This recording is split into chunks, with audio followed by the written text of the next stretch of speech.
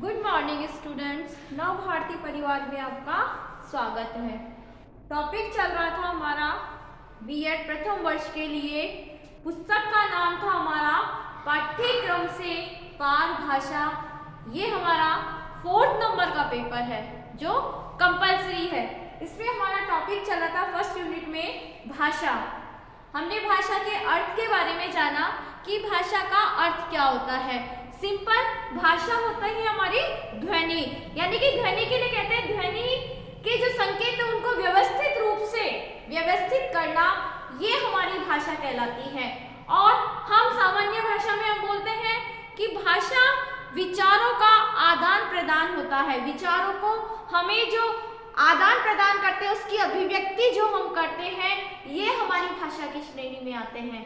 आज हम भाषा की परिभाषाओं के बारे में अध्ययन करेंगे, जिसमें हमारी भाषा की परिभाषाएं हमारे भारतीयों ने अलग दी है और पाश्चात्य विद्वानों ने अलग दी है। इन दोनों के बारे में जो भारतीय विद्वान हैं उन्होंने इनकी परिभाषा में क्या कहा है और पाश्चात्य विद्वानों ने इनकी परिभाषा में क्या कहा है, इसके बारे में हम अध्ययन करेंगे। तो सर्वप्रथम हम जो परिभाषाएं लिखेंगे वो हम भारतीय विद्वानों के अनुसार इनकी परिभाषाओं के बारे में अध्ययन करेंगे। भारतीय विद्वान हमारे जो भारतीय हुए हैं उन्होंने इसके बारे में क्या डेफिनेशन दी है, इसका क्या अर्थ में बताया है, ये हम अध्ययन करेंगे भारतीय विद्वानों के अनुसार।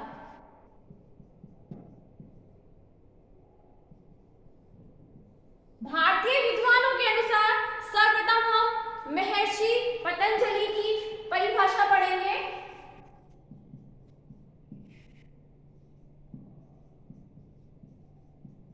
महर्षि पतंजलि जी ने अपनी जो परिभाषा है उसमें लिखा है कि जो वाणी में, यानी कि हमारी बोली में जो वाणी वर्णों से व्यक्त होती है उसे क्या कहा जाता है? भाषा कहा जाता है। जो वाणी यानी क्या हो गया? हमारी ध्वनि, बोल। और यही चीज हमने बताई थी कि ध्वनि के संकेतों को व्यवस्थित करना भाषा कहलाता है। तो यही इन्होंने बताया है कि जो वाणी वर्णों से व्यक्त होती है, जो वाणी वर्णों से व्यक्त होती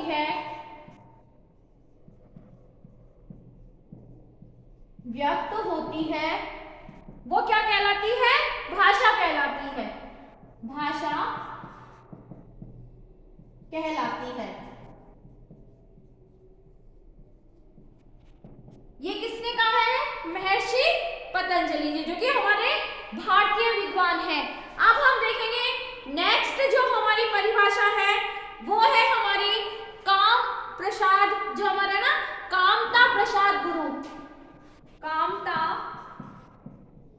प्रसाद गुरु। इन्होंने अपनी परिभाषा में लिखा है कि भाषा वह साधन है जिसके द्वारा मनुष्य अपने विचारों को दूसरों पर भली प्रकार से क्या करता है? प्रकट करता है और दूसरों के जो विचार हैं उनको स्पष्टता से समझता है।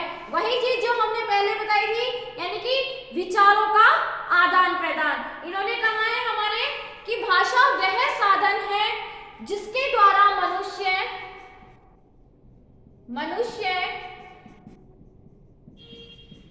विचारों का आदान प्रदान, यानी कि जो उन्हें कहना होता है वो किसके माध्यम से कहते हैं? अपनी भाषा के माध्यम से। मनुष्य अपने विचारों को दूसरों पर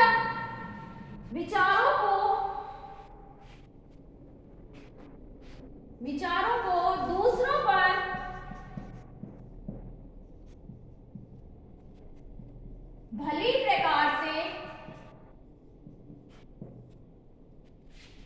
व्यक्त करे तथा दूसरों के विचारों को स्पष्टता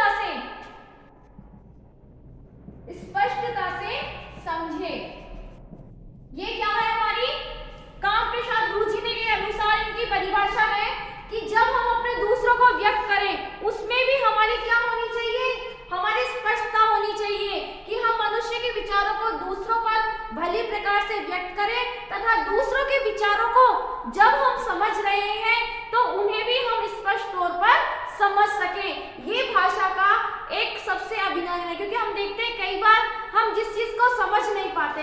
एक पीछे अर्थ में मैंने समझाया भी था कि जब जिस विषय के बारे में हम सार्थक, जिसका कोई अर्थ निकले, यानी कि भाषा स्पष्ट कब होगी, जब हमें उसके बारे में, उसके सार्थकता के बारे में हमें पता होता है, तभी हम उसे समझ पाते हैं। तो इसलिए कहा कि हमारा कई बार ये होता है कि हम दूसरे के विचारों को नहीं समझ पाते हैं। तो यहाँ क्या, क्यों नहीं समझ पाते, वो कम्युनिकेशन डिस्टेंस क्यों आता है, क्योंकि हम उनके बारे में समझ नहीं पा रहे हैं ढंग से। उस भाषा का जो रूप है व्यक्त करने का, उसमें वो स्पष्टता नहीं है।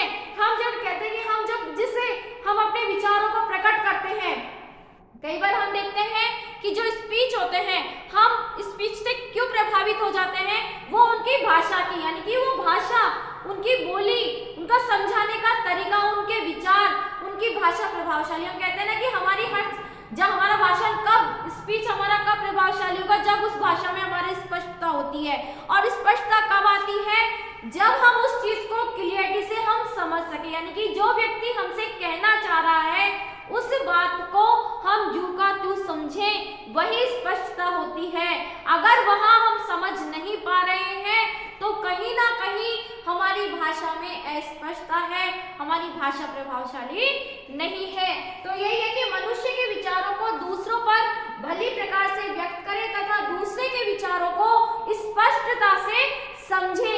ये हमारे कामता प्रसाद गुरुजी ने कहा है। थर्ड आती है हमारी डॉक्टर श्याम सुंदर दास। डॉक्टर श्याम सुंदर दास, इन्होंने अपनी परिभाषा में बोला है कि मनुष्य और मनुष्य के बीच की वस्तुओं, मनुष्य और मनुष्य के बीच की वस्तुओं में अपनी इच्छा और मति का आदान प्रदान करने के लिए, वस्तुओं के बीच में, वस्तुओं व विषय के बीच में किसका आदान प्रदान हो रहा है, मति यानी अपनी इच्छा, मति का आदान प्रदान, आदान प्रदान क्या कहलाता है, भाषा कहलाता है। कि जहां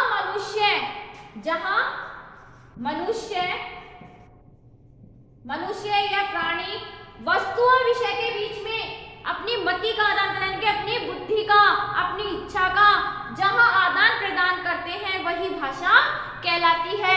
भाषा के लिए हम कई बार देखते हैं, क्यों कई बार ये होता है कि हम जानवरों की भाषा क्यों समझते हैं, क्यों समझ रहे हैं, क्योंकि यहाँ हमारी मति, हमारी उनसे हमारी इच्छाएं जुड़ी होती हैं, हमारी आत्मा, हम उनकी भाषा को समझ सकते हैं। तो ये वही चीज है कि वस्तुओं और विषय के बीच में किसका आदान प्रदान होता है, हमारी मति का आदान प्रदान होता है। ये श्याम सुंदर दास जी ने कहा है। अब आती है doctor Sukumar Sen. Doctor Sukumar Sen, doctor Sukumar Sen ने कहा है, अर्थवान यानी कि जिसका अर्थ निकले, अर्थवान कंठोदगीन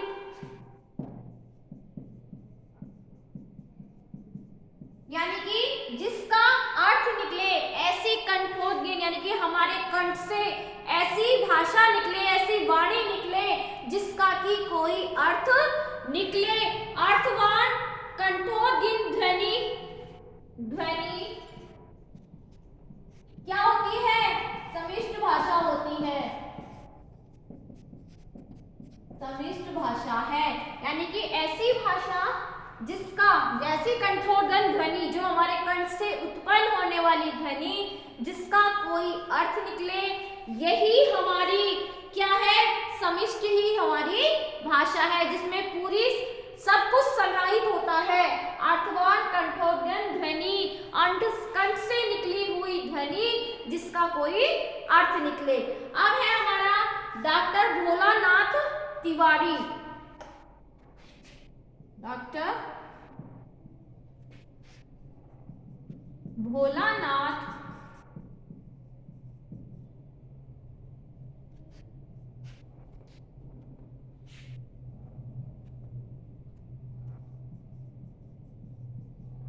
भोलानाथ तिवारी जी ने कहा है भाषा उच्चारण युक्त ध्वनि, उच्चारित जो हमारे उच्चारण में निहित होती है, हमारे उच्चारित में होती है, अध्ययन विश्लेषणीय यादृच्छिक ध्वनि, यादृच्छिक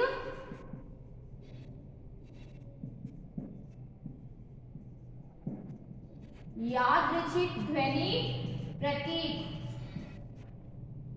हमारे कंठ से, हमारे गले से निकलने वाली ऐसे उच्चारित ध्वनि होती है जिसका विश्लेषण हम यादृच्छिक ध्वनि प्रतीकों की व्यवस्था से है,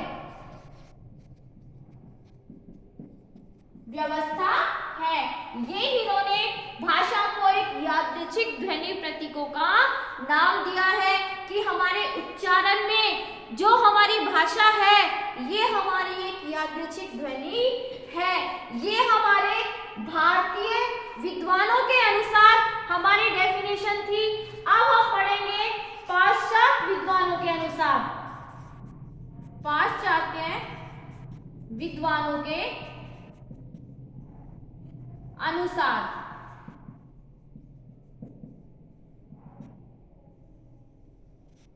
यानी कि इन्होंने क्या कहा है, ये तो हमारे भारतीय विद्वानों के अनुसार थी। अब हम पढ़ रहे हैं हेम्बोस्ट जो हमारे पाश्चात्य विद्वान थे, इन्होंने कहा है ध्वनि के लिए कि भाषा को परिभाषित करते हुए कहा है इन्होंने कि उच्चारित ध्वनि को भावभिक्त, उच्चारित ध्वनि को यानी कि जो कैसी होती है, भाव से भरी हुई, यानी कि उच्चारित ध्वनि को भावा अभिव्यक्ति,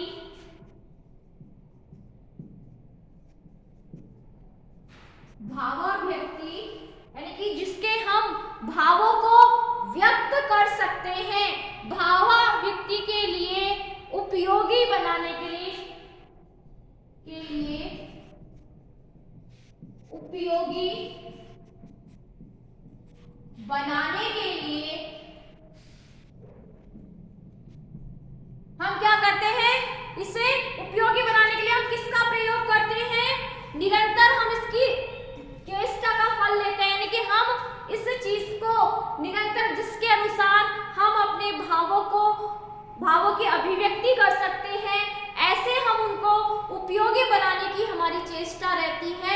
भाषा यानी कि भाषा के द्वारा हम क्या करते हैं, हमारे भावों को अभिव्यक्त करते हैं ना, इसीलिए इसमें क्या है कि उच्चारित ध्वनि भावाभिव्यक्ति के लिए उपयोगी बनाने के लिए चेष्टा ही फल है, चेष्टा करने का फल है। यानी इसके द्वारा हम अपने विचारों को व्यक्त कर सकते हैं और हमारी यही कोशिश रहती है कि जो हम कहना चाह रहे हैं वो हम अपने विचारों को अपने भाषा के माध्यम से कह सके। फिर आता है स्वीट के अनुसार,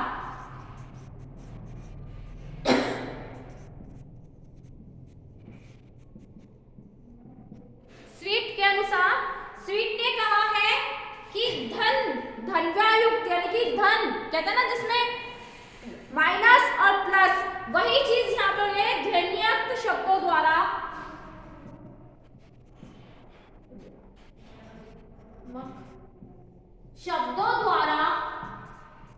क्या करते हैं, जो ध्वनि से युक्त होते हैं, शब्दों द्वारा विचारों को प्रकट करना, विचारों को प्रकट करना क्या कहलाती है, भाषा कहलाती है। कि जिसमें हम ऐसी ध्वनि जिसमें हम शब्दों के विचारों को प्रकट करते हैं, ये हमारी भाषा कहलाती है। ये किसने कहा है, स्वीट ने कहा है। हम दूसरी डेफिनेशन देखें, कार्डनर ने भी अपने शब्दों में कहा है कि the common definite to speech is the use of article sound symbols for the experience of thought. यानी कि हम किसके द्वारा, हमारे एक्सपीरियंस के द्वारा हमारी जो वाणी होती है वो क्या है, हमारे सिंबल्स होते हैं, जिसके द्वारा प्रतीक होते हैं ये हमारे सिंबल्स। क्योंकि जब तक हम नहीं बोलते हैं, कब तक हम किसी चीज कर सकते जब तक कि हमारे पास उसका सिंबल नहीं होता है। हम उन प्रतीकों के माध्यम से उस चीज को समझाने की कोशिश करते हैं और उसे हम तभी समझा सकते हैं। किसी चीज को समझाने के लिए हमारे पास विचार तभी आते हैं जब हम उस चीज के बारे में जान सके।